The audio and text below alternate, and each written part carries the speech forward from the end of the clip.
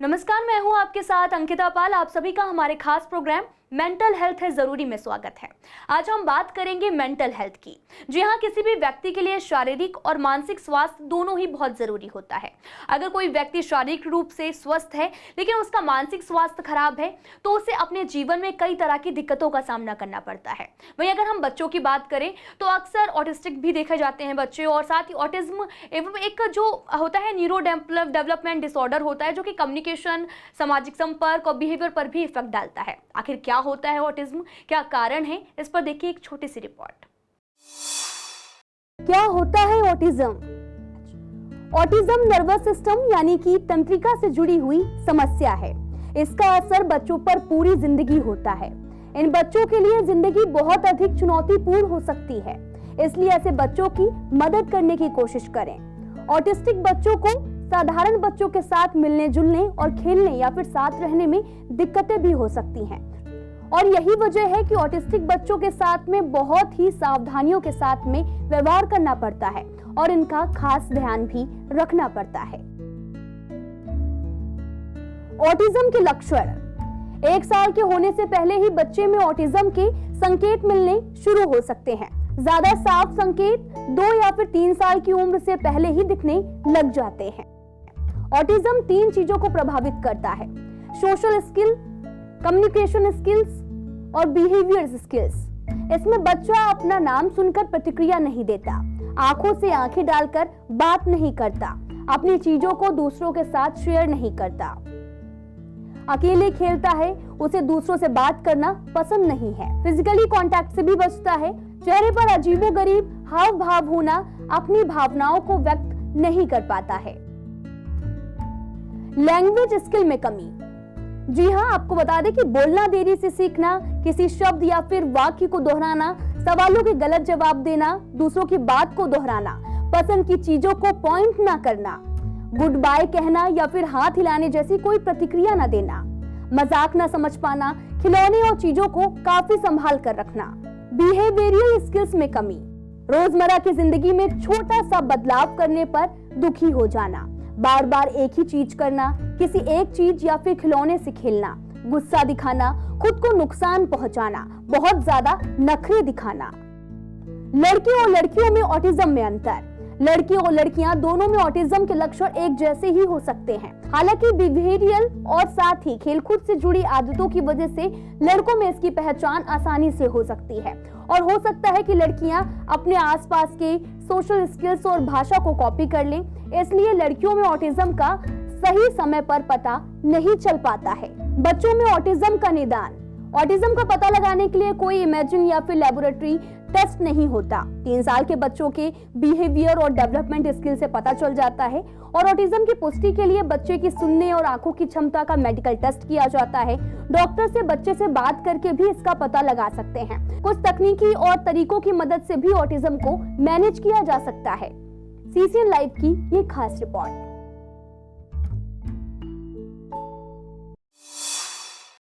Autism और साथ ही autism spectrum disorder यानी कि ASD भी कहते हैं, पीड़ित व्यक्ति को बातचीत करने में, पढ़ने लिखने में और समाज में मेलजोल बनाने में भी परेशानी आती है। ऑटिज्म से पीड़ित लोग एक दूसरे से अलग होते हैं, यानी कि ऑटिज्म को लेकर अलग अलग मरीजों को अलग अलग लक्षण महसूस होते हैं। ऑटिज्म क्या है, क्या लक्षण है, कैसे इलाज करें, इन सभी मुद्दों पर आज हमारे साथ स्टूडियो में बात करने के लिए मौजूद हैं साइकोलॉजिस्ट डॉक्टर प्रीति। मैम, आपका बहुत बहुत स्वागत है हमारे खास प्रोग्राम में। मैम, आपसे सबसे पहले यही जानना चाहेंगे कि ऑटिज्म को लेकर कई तरह की अफवाहें भी रहती हैं, लेकिन हम आपसे बेसिकली यही जानना चाहेंगे कि ऑटिज्म होता क्या है, और हाल ही में ऑटिज्म को लेकर क्या स्थिति है, कितने मरीज आते हैं और क्या स्थिति बनी हुई है। देखिए, ऑटिज्म एक ब्रेन न्यूरॉन डिसऑर्डर है, जैसे डेवलपमेंटल डिसऑर्डर है, जिसमें बच्चा अपनी चीज़ें ठीक से एक्सप्रेस नहीं कर पाता है, लैक ऑफ स्पीच होती है, ऑटिस्टिक बच्चे थोड़ा लेट भी बोलते हैं, और आजकल खैर काफ़ी इंक्रीज़ हो गया, स्पेशली कोविड के बाद से। ऑटिज़म के बच्चे जो ऑटिज़म, इनको हम मरीज नहीं बोलेंगे, जैसे आपने बोला, ये एक स्पेक्ट्रम है। तो जो ऑटिस्टिक बच्चे होते हैं उनमें ऑटिज़म के केसेस में इंक्रीज़ तो बहुत हुआ है, और लक्षण इसके जो है, बच्चे को, अगर आपको माँ बाप को पहले से ही देख लेना चाहिए कि बच्चा हमारे दूसरे बच्चों से कुछ अलग तरह की एक्टिविटी कर रहा है, आई कांटेक्ट दे रहा है कि नहीं, अपनी बातों को ठीक से बता पा रहा है कि नहीं, पॉट में प्रॉपरली पॉटी ट्रेंड है कि नहीं। सबसे पहले देखना चाहिए कि ये ऑटिस्टिक बच्चे टॉयलेट ट्रेन थोड़ा लेट होते हैं, तो पेरेंट्स को सबसे पहले उस चीज़ पे ध्यान देना चाहिए कि हमारा बच्चा ठीक से टॉयलेट ट्रेन है कि नहीं है। और माँ जो है वो एक सबसे पहले बच्चे को इसी तरह से आइडेंटिफाई कर सकती है कि बच्चा एक जगह टिक के नहीं बैठता। अक्सर ऑटिस्टिक बच्चे काफ़ी हाइपर होते हैं, अपनी चीज़ों को एक्सप्रेस नहीं कर पाते हैं, अकेले रहना पसंद करते हैं, सोशल आइसोलेशन होता है। तो इस तरह के सिम्टम्स अगर दिखते हैं तो आप अपने चाइल्ड साइकोलॉजिस्ट या ऑक्यूपेशनल थेरेपिस्ट किसी को भी कांटेक्ट करके जल्दी से जल्दी उसका डायग्नोसिस कराने की कोशिश करें। अक्सर मैम ये देखा जाता है कि जब छोटे बच्चे होते हैं तो बच्चों में अक्सर माँ बाप कहते हैं कि बच्चा बोलने में थोड़ा लेट कर रहा है तो उसे कोई दिक्कत नहीं है क्योंकि थोड़ा टाइम बाद वो बोलना सीख जाएगा। लेकिन उसके क्या क्या कारण हो सकते हैं, क्योंकि अधिकतर बच्चों को इग्नोर किया जाता है पहले, क्योंकि कुछ बच्चे जो होते हैं 6 महीने में बोलना शुरू कर देते हैं या फिर नहीं भी बोल पाते हैं। तो उसके बाद में और भी, जैसे आई कॉन्टैक्ट की बात आपने की, तो अधिकतर बच्चे होते हैं वो अनसुना कर देते हैं बात को लेकर। तो फिर कैसे पता लगेगा कि हाँ यही लक्षण है? हाँ, जैसे अभी अपने का अनसुना कर देते हैं। ऑटिस्टिक बच्चों का सबसे पहले हम यही देखते हैं कि कितनी बार आवाज़ देने पे वो सुन रहा है, आपको प्रॉपर आई कांटेक्ट दे रहा है कि नहीं, आपकी कितनी कमांड फॉलो कर रहा है। कई बार बच्चे सुन के अनसुना कर देते हैं। थोड़ा सा कन्फ्यूजन इसलिए होता है कि हमें लगता है शायद बच्चा छोटा है, क्योंकि काफ़ी नॉर्मल, आप किसी डॉक्टर के पास, फिजिशियन के पास जाएंगे तो वो भी कहते हैं अभी छोटा है, थोड़ा बड़ा होगा तो बोलने लगेगा। तो ये एक कन्फ्यूजन आ जाता है। लेकिन ना बोलने के साथ साथ और भी आपको रेलेवेंट सिम्टम्स लगते हैं कि बच्चे में है, बच्चा टिक नहीं रहा है, फोकस नहीं कर रहा है, टॉयलेट अपनी नीड्स को पूरा नहीं बता पा रहा है, तो आप उसको जल्द से जल्द पता लगाने की कोशिश करें, जो कि थेरेपिस्ट के थ्रू उसको मॉडिफाई किया जा सकता है बिहेवियर को। अधिकतर ऑटिस्टिक बच्चे अगर हम देखते हैं तो बहुत ज़्यादा शैतानी कर रहे होते हैं या फिर बात नहीं कर रहे होते, तो उन्हें जो पेरेंट्स हैं वो बार बार फोर्स करते हैं कि बात करो, तो उसमें हम देख सकते हैं कि वो ऑटिस्टिक है। और साथ ही अगर मैम जानें कि ऑटिस्टिक बच्चे को लेकर अक्सर कहा जाता है कि कर्मों का फल है, या फिर माँ जॉब पर जाती है जिसकी वजह से ध्यान नहीं दे पाती, इस वजह से बच्चा ऑटिस्टिक हो गया है, तो इस पर आपका क्या कहना है? नहीं, ऐसा कुछ नहीं कि कर्मों का फल है या माँ जॉब पे जाती है। एक चीज़ हो गई है कि हाँ, जिसमें ब्रेन हमारा इन्वॉल्व है, उसमें डेवलपमेंटल डिसऑर्डर हो गया है, तो उसमें हम किसी कर्म को या माँ बाप को, किसी को हम दोष नहीं दे सकते। वो एक स्पेक्ट्रम है, स्पेक्ट्रम हो गया है बच्चे को, उसको हमें कैसे ठीक करना है या कैसे मॉडिफाई करना है या कैसे मैनेज करना है। क्योंकि अगर 100 ऑटिस्टिक बच्चे भी हैं तो 100 का लेवल अलग अलग है। तो कुछ अगर हाई फंक्शन बच्चा है तो वो अच्छे से पढ़ाई भी कर लेता है, एक नॉर्मल स्कूल में भी जा सकता है, तो लेकिन जल्द जल्द उसको थेरेपीज मिलनी चाहिए, जिसमें एक ऑक्यूपेशन थेरेपी का बहुत बड़ा रोल है। क्योंकि इन बच्चों में थोड़ी सेंस की प्रॉब्लम होती है, सेंसरी इश्यूज होते हैं, जैसे कुछ चीज़ टच उनको पसंद नहीं होता, कपड़े चुभते हैं, इस तरह की चीज़ होती है। तो ऑक्यूपेशन थेरेपी के थ्रू वो चीज़ें ठीक करी जाती हैं। जितना जल्दी से जल्दी ट्रीटमेंट मिलता है, थेरेपीज मिलती है, बच्चा उतनी जल्दी ठीक होकर एक नॉर्मल लाइफ जीने लगता है, या उसका ऑटिज्म स्पेक्ट्रम जो है वो मैनेज हो जाता है।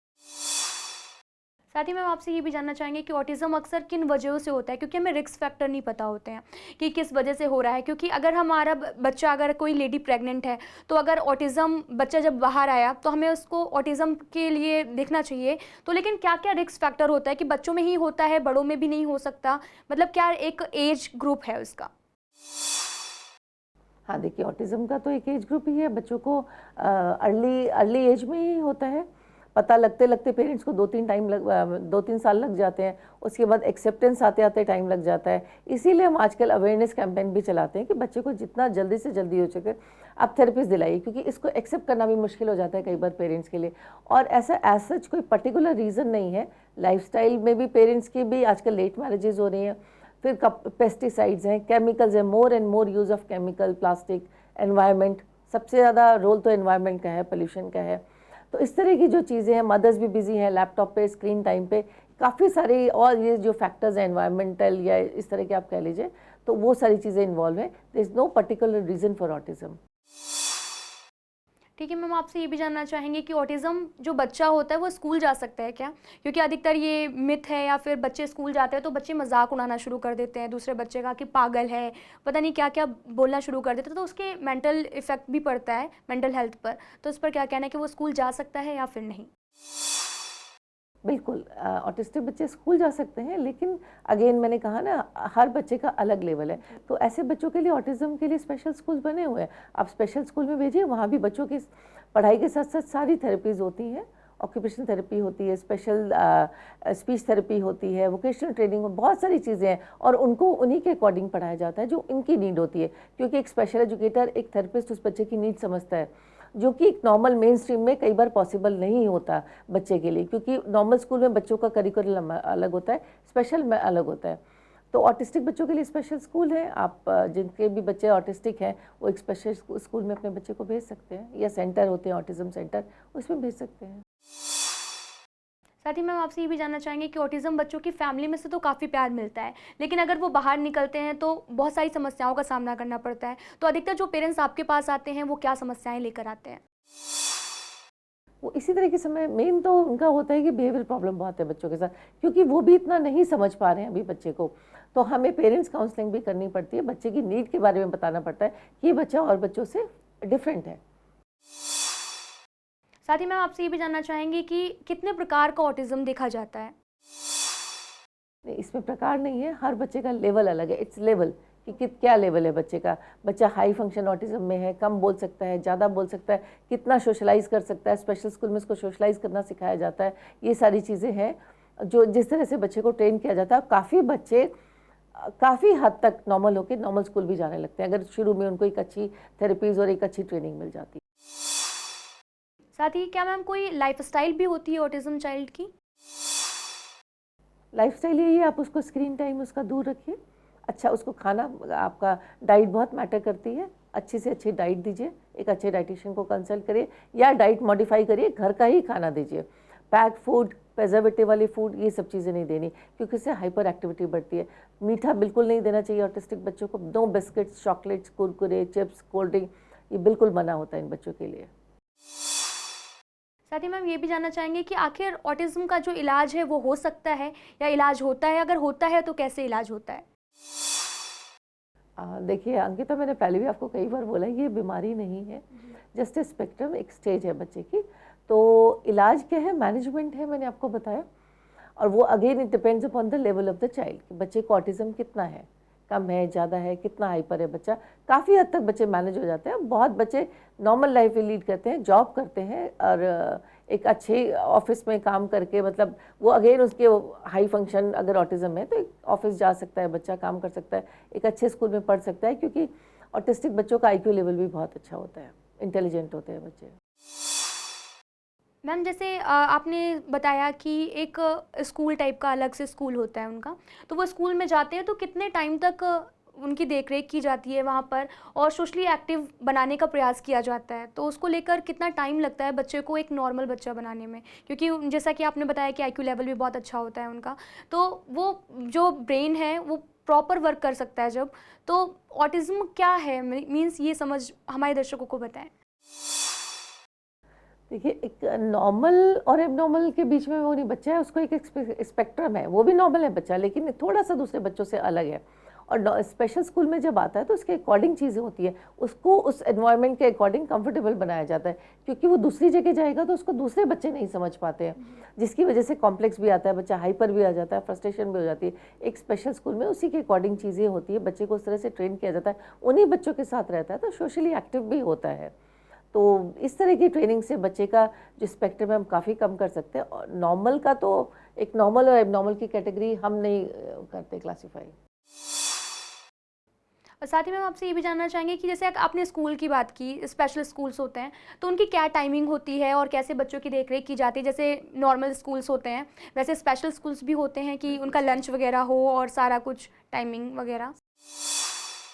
सब कुछ जैसे नॉर्मल स्कूल में होता है, प्रेयर होती है बच्चों की, उनको सोशलाइज कराना सिखाया जाता है, लेकिन एक क्लास में जो स्ट्रेंथ होती है वो एक टीचर पे 5 या 6 से ज़्यादा नहीं हो सकती, क्योंकि इनको पर्सनल अटेंशन चाहिए होती है। और फिर बच्चा पढ़ाई तो वैसे ही होती है नॉर्मल क्लास की तरह बच्चे के अकॉर्डिंग टू हिज लेवल। फिर ऑक्यूपेशनल थेरेपी की जाता है, स्पेशल स्पीच थेरेपी की भी होती है, उसकी बाकी ट्रेनिंग भी होती है उसी के अकॉर्डिंग, ताकि बच्चे एक नॉर्मल लाइफ लीड करना सीख जाए, अपने लायक हो जाए, इंडिपेंडेंट हो जाए। सबसे ज़्यादा हमारी कोशिश रहती है कि बच्चे को इंडिपेंडेंट बनाना। साथ ही मैम अगर आपसे ये पूछा जाए कि अगर अधिकतर हम देखते हैं कि बच्चों का 2 साल या 3 साल तक पेरेंट्स जो हैं वो इग्नोर करते रहते हैं कि मेरा बच्चा बिल्कुल फिट है और वो बीमारी के, जैसे आपने बताया कि वो बीमारी नहीं है, तो ऑटिज्म एक बीमारी नहीं है, तो उसको लेकर भी अगर देखा जाए तो क्या कुछ रहता है इसमें? क्योंकि अधिकतर बच्चों के अगर 2 साल के बाद में अगर बच्चों को ऑटिज्म है और पेरेंट्स को नहीं पता लगा, उसके बाद वो ऑटिज्म रहेगा ही, तो वो बढ़ जाता है टाइमिंग के साथ में, या क्या साइड इफेक्ट देखने को मिलता है? देखिए, बढ़ता तो है जब बच्चे की अपनी जो उसकी नीड है वो पूरी नहीं हो रही है, उसकी बॉडी में जो नीड है, सेंसरी प्रॉब्लम है उसको, तो वो एक थेरेपी के थ्रू ही ठीक हो सकती है। स्पीच थेरेपी से उसको बोलना सिखाया जाता है, तो ये सारी चीज़ें तो उसको चाहिए ना, थेरेपी तो एक चलती है। और कुछ बच्चे कम टाइम में भी काफ़ी हद तक नॉर्मल लाइफ लीड करने लगते हैं, कुछ बच्चों को टाइम लगता है। Again depends upon the training and the therapy. Autism को लेकर अगर देखा जाए तो उनमें बिहेवियर का बहुत प्रॉब्लम रहती है, क्योंकि वो अंदर से अंडरस्टैंड नहीं कर पाते या फिर सिमिलरिटी नहीं मिलती। तो अधिकतर पेरेंट्स भी बोलते हैं उनको कि काफ़ी बिहेवियर को लेकर प्रॉब्लम है या फिर बहुत ज़्यादा ज़िद्दी है बच्चा, तो उसे कैसे आप संभालते हैं और क्या क्या कुछ लक्षण देखने को मिलते हैं जो आपको हमेशा देखने को मिलते हैं बच्चों में? एक्चुअली इन बच्चों में, ऑटिस्टिक बच्चों में बिहेवियर प्रॉब्लम तो होती है, क्योंकि उनकी दुनिया उतनी सी है, कुछ चीज़ें वो खुद ठीक से एक्सप्रेस नहीं कर पा रहे, तो उससे फ्रस्ट्रेशन आती है तो फिर हाइपर होते हैं, शाउटिंग होती है और ज़िद्दी बहुत होते हैं, माँ बाप के आगे ज़िद करते ही हैं। तो उसके लिए इन बच्चों की काउंसलिंग होती है, थेरेपी के थ्रू हम करते हैं उसका मैनेजमेंट। पेरेंट्स काउंसलिंग भी उतनी ही ज़रूरी है कि आपको बच्चे को कैसे मैनेज करना है, उसकी हर बात नहीं माननी है।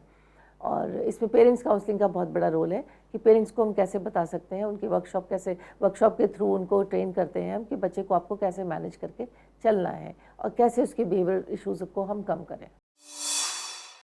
जैसे मैम आपने अभी पेरेंट्स काउंसलिंग की बात की है, तो पेरेंट्स में क्या क्या आपको देखने को मिलता है कि बच्चे को समझाने में उन्हें क्या प्रॉब्लम्स आती हैं अधिकतर जो आप काउंसलिंग करते हैं पेरेंट्स की? एक्चुअली सबसे पहले तो एक्सेप्टेंस आ जाए, जितनी जल्दी एक्सेप्टेंस आती है उतना बच्चे में इम्प्रूवमेंट होता है। एक्सेप्टेंस नहीं आती, इसको एक्सेप्ट करते करते पेरेंट्स को टाइम लगता है तो काफ़ी लेट हो जाता है। सबसे पहले अगर कोई एक कंडीशन है तो उसको एक्सेप्ट करिए, उसके बाद उसका एक ट्रीटमेंट सोल्यूशन ढूंढिए आप, तो धीरे धीरे बच्चा काफ़ी मैनेजेबल लिमिट तक पहुंच जाता है, कई बार बॉर्डर लाइन पे भी चला जाता है एज गुड एज नॉर्मल। साथ ही मैम अगर आप देखें अवेयरनेस की बात करें तो अब पेरेंट्स ज़्यादा जागरूक हो गए हैं इसको लेकर, तो अधिकतर पेरेंट्स जो आते हैं आपके पास में उनकी क्या समस्या रहती है कि सोसाइटी में उन्होंने बताया है कि हमारा बच्चा जो है ऑटिज्म का शिकार है या फिर उसे कैसे करना है, तो मतलब क्या वो छिपाने वगैरह के लिए बात करते हैं कि नहीं, या फिर ओपन होकर बात करते हैं? कुछ पेरेंट्स ओपन होके करते हैं, अब तो अवेयरनेस हो गई, पेरेंट्स सीख भी जाते हैं, और लेकिन अभी भी एक टैबू बना हुआ है, लोग छुपाते ज़्यादा है, उनको लगता है शायद एक लिमिट के बाद बच्चा ठीक हो जाएगा तो ठीक है, या आप बताना नहीं चाहते सोसाइटी में कि हमारा बच्चा ऐसा है। ऐसा बिल्कुल नहीं करें, बच्चा बिल्कुल आपका दूसरे बच्चों की तरह है, इसकी एक कंडीशन अलग है, उसकी कंडीशन अलग है, उसको एक लोगों को भी समझा के चलें, इसको एक्सेप्ट करें कि मेरा बच्चा ऑटिस्टिक है, हमें इसे कैसे मैनेज करना है, सामने वाले को कैसे बताना है कि मेरे बच्चे के साथ प्रॉब्लम है, उसके साथ आप वैसे ही बिहेव करिए जैसे और बच्चों के साथ करते हैं, बस इट्स जस्ट अ कंडीशन। कुल मिलाकर जो ऑटिस्टिक जो बच्चे होते हैं उसमें लेकर वो उनमें सुधार आ जाता है अगर देखा जाए तो? बहुत हद तक ट्रेनिंग से, स्कूलिंग से, काउंसलिंग से बहुत हद तक बच्चों में कुछ एक दो बच्चे ऐसे आए हैं जो काफ़ी हद तक ठीक होकर नॉर्मल स्कूल जा रहे हैं। कुल मिलाकर हमें साइकोलॉजिस्ट के पास जाना चाहिए और उनसे संपर्क करना चाहिए और स्पेशल स्कूल में एडमिशंस वगैरह कराना चाहिए। स्पेशल स्कूल हैं, थेरेपी सेंटर्स हैं, थेरेपिस्ट कराइए। अब अगर बच्चा नॉर्मल स्कूल भी जा रहा है, कई बार एक्सेप्टेंस नहीं आती हमारा बच्चा स्पेशल में जाएगा, तो नॉर्मल स्कूलिंग के साथ आप उसको थेरेपिस्ट कराइए कंटिन्यू। कुल मिलाकर आपका ये कहना है कि जो बच्चे हैं और बच्चे का जो पेरेंट्स हैं उन्हें एक्सेप्ट करना चाहिए कि हाँ हमारा बच्चा ऐसे है और हमें इसको सही करने के लिए, या यूँ कहें कि उनकी ग्रोथ को अच्छे से करने के लिए हमें एक्सेप्टेंस की जो है बहुत ज़्यादा ज़रूरत होती है। एक्सेप्टेंस ही तो चाहिए, अगर एक्सेप्टेंस आ गई तो बहुत इंप्रूवमेंट जल्दी आ जाता है। एक्सेप्टेंस डिनाइल स्टेज में आप नहीं अगर हैं तो बच्चा कैसे इंप्रूव करेगा? सबसे पहले तो पेरेंट्स को एक्सेप्ट करना है कि हाँ ये प्रॉब्लम मेरे बच्चे में है। और सबसे बड़ी एक रिक्वेस्ट और है कि प्लीज़ गूगल मत करिए, आप जितना गूगल करेंगे खुद को कंफ्यूज करेंगे, क्योंकि गूगल में आपको एक पर्टिकुलर आंसर कभी भी नहीं मिलेगा। किसी भी प्रोफेशनल को कांटेक्ट करिए जो आपको ठीक से गाइड कर सके, आपको बता सके कि आपके बच्चे के साथ कैसे डील करना है, हमें उसे कैसे मैनेज करके। कुल मिलाकर गाइडेंस की बहुत ज़्यादा ज़रूरत है, इसकी वजह से ही हम अपने बच्चों को भी एक अच्छा भविष्य दे सकते हैं। Awareness also. फिलहाल इस खास प्रोग्राम में आज के लिए इतना ही। देखते रहिए आप CCN लाइव।